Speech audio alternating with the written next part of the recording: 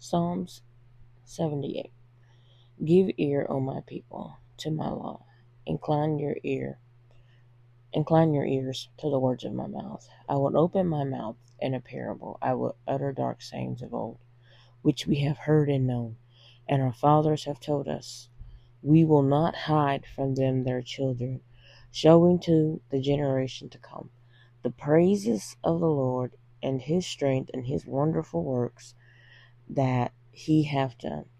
For he established a testimony in Jacob and appointed a law in Israel, which he commanded our fathers, that they should make them known to their children, that the generation to come might know them, even the children which should be born, who should arise and declare them to their children, that they might set their hope in God, and not forget the works of God, but keep his commandments, and might not be as their fathers, a stubborn and rebellious generation, a generation that set not their heart aright, whose spirit was not steadfast with God.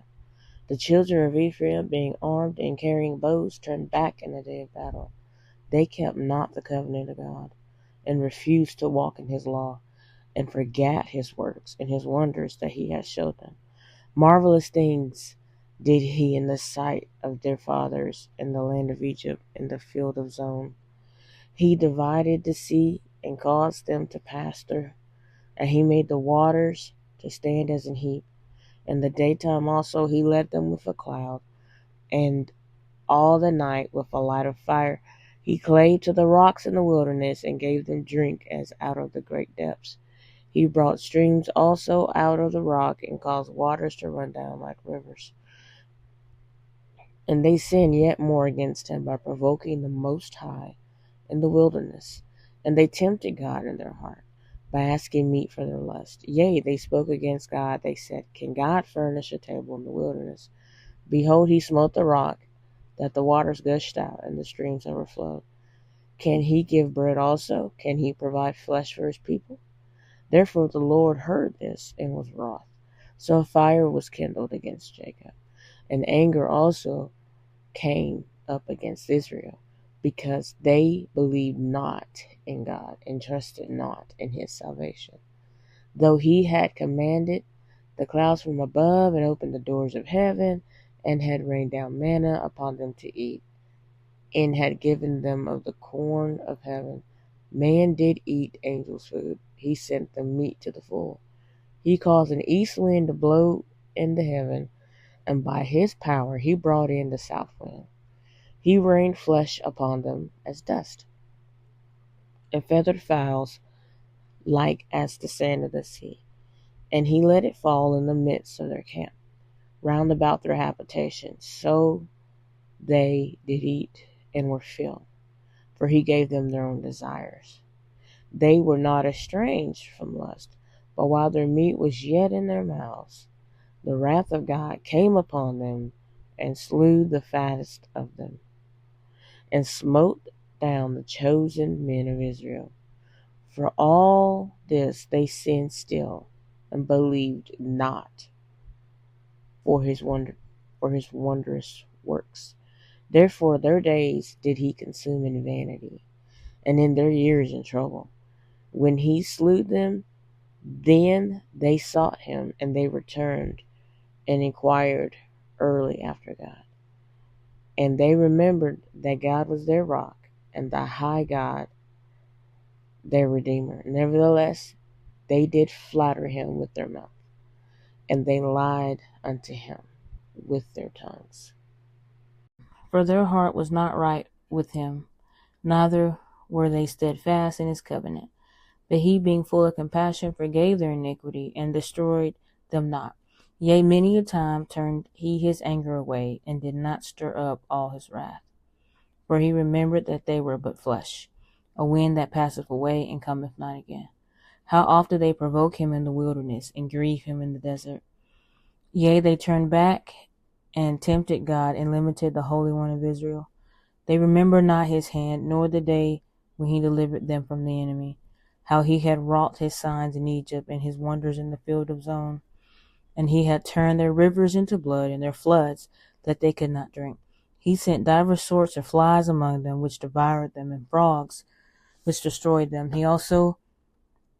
He gave also their increase unto the caterpillar, and their labor unto the locust. He destroyed their vines with hail, and their sycamore trees with frost.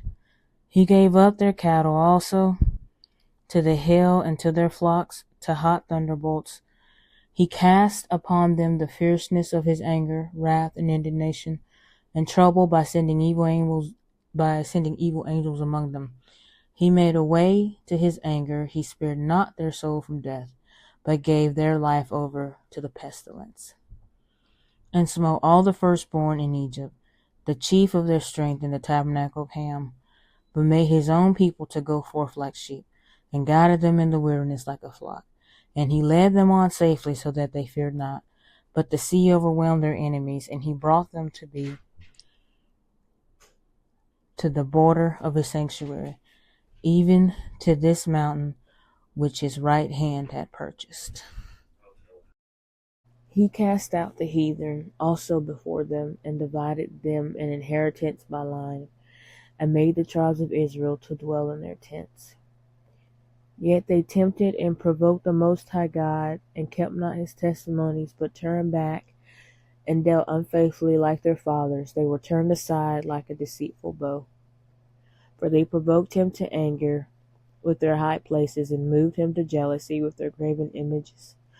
When God heard this, he was wroth, and greatly abhorred Israel, so that he forsook the tabernacle of Shiloh, the tent which he placed among men, and delivered his strength into captivity, and his glory into the enemy's land. He gave his people over also unto the sword, and was wroth with his inheritance. The fire consumed their young men, and their maidens were not given to marriage. Their priests fell by the sword, and their widows made up no lamentation. Then the Lord awaked as one out of sleep, and like a mighty man that shouteth by reason of wine. And he smote his enemies in the hinder parts, put them to perpetual reproach. Moreover, he refused the tabernacle of Joseph, chose not the tribe of Ephraim, but chose the tribe of Judah, the Mount Zion which he loved. And he built his sanctuary like high palaces, like the earth which he established forever. He chose David also his servant, and took him from the sheepfolds, from following the eaves great with young. He brought him to feed Jacob his people, and Israel his inheritance. So he fed them according to the integrity of his heart, and guided them by the skillfulness of his hands. So, in Psalm 78, I want to start with verses 2 through 8. And I first want to say that we need to make sure that we are sharing, telling, giving the word, passing on the truth to the ones that are coming up behind us, the children, the ones that we want to see healed and delivered, even just the ones we're witnessing to. We need to be sure that we are telling them the word of the Lord. Verses 9 through 11 is that we need to keep the ways of the Lord and continue to walk in them. And to how to know his ways is the word. Reading the word, knowing the word, studying the word. Verses 12 through 16,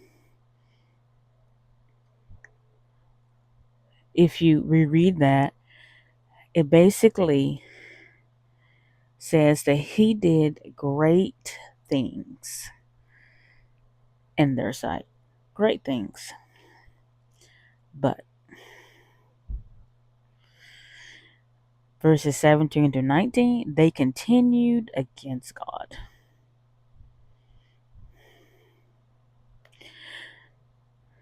Verses 20 to 25 go on to say that the Lord wasn't pleased by their selfishness, pride, of what they wanted. He had made provision for them, but instead of being thankful for what they had, they complained about what they had. And they wanted God to basically give them what they want, which was something else. Verse 32 goes on to say that his provision was not enough for them. They still lusted and went after things.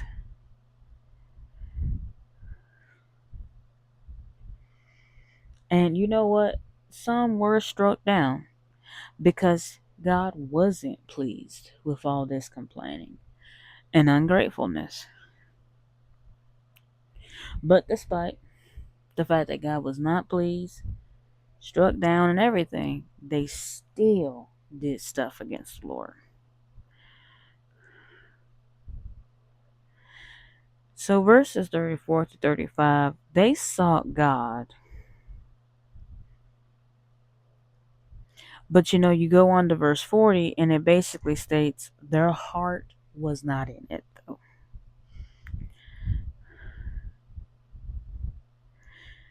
They seem to forget, according to verses 41 to 57, that they were free from Egypt.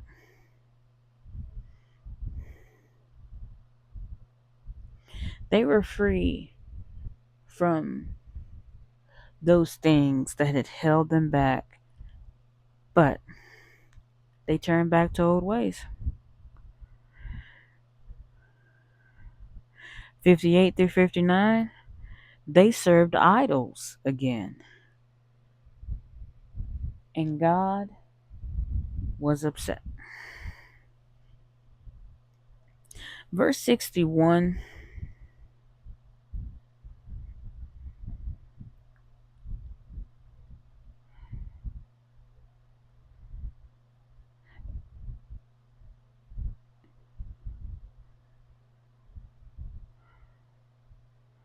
well, actually, let's go from 61 to 67.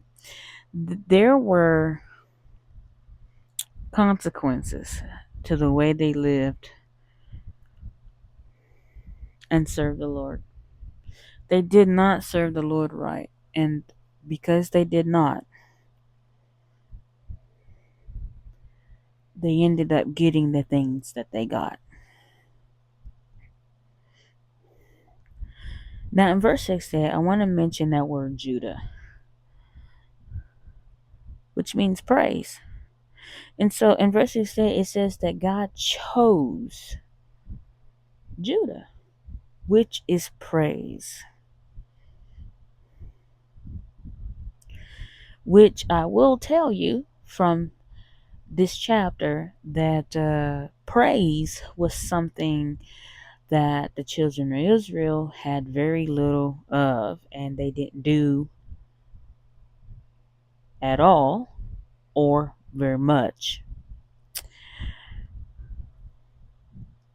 So he chose David, and it's important to remember that David was a man after his own heart. And verses 71 to 72, and EWE, is a sheep. So summarize the last two verses. He feeds his sheep according to the innocence of his heart and guides them by the ability that he holds. God is sovereign. God is clean. God is pure. So God is leading us to be clean and pure.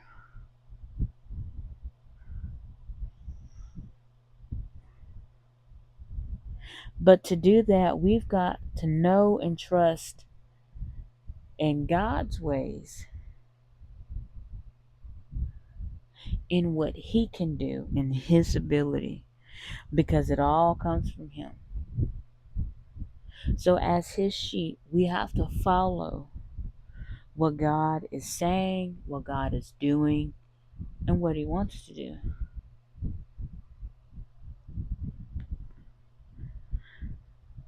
So, to summarize Psalm 78, talking about the children of Israel and all the stuff that they did and stuff that they should have done, they didn't do, is this: follow the Lord, keep keep a praise on your lips,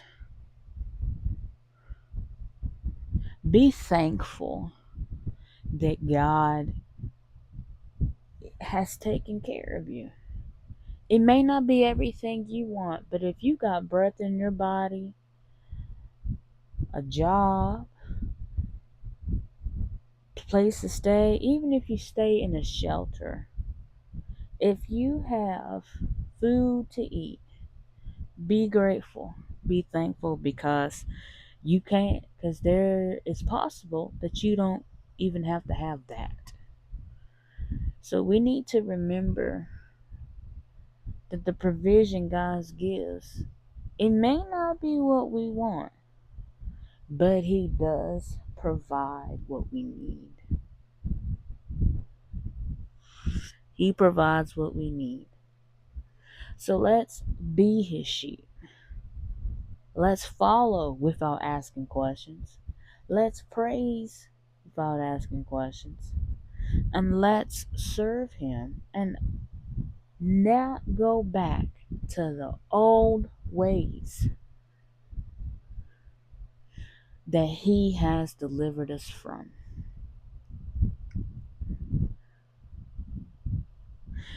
Jesus is way better than going back.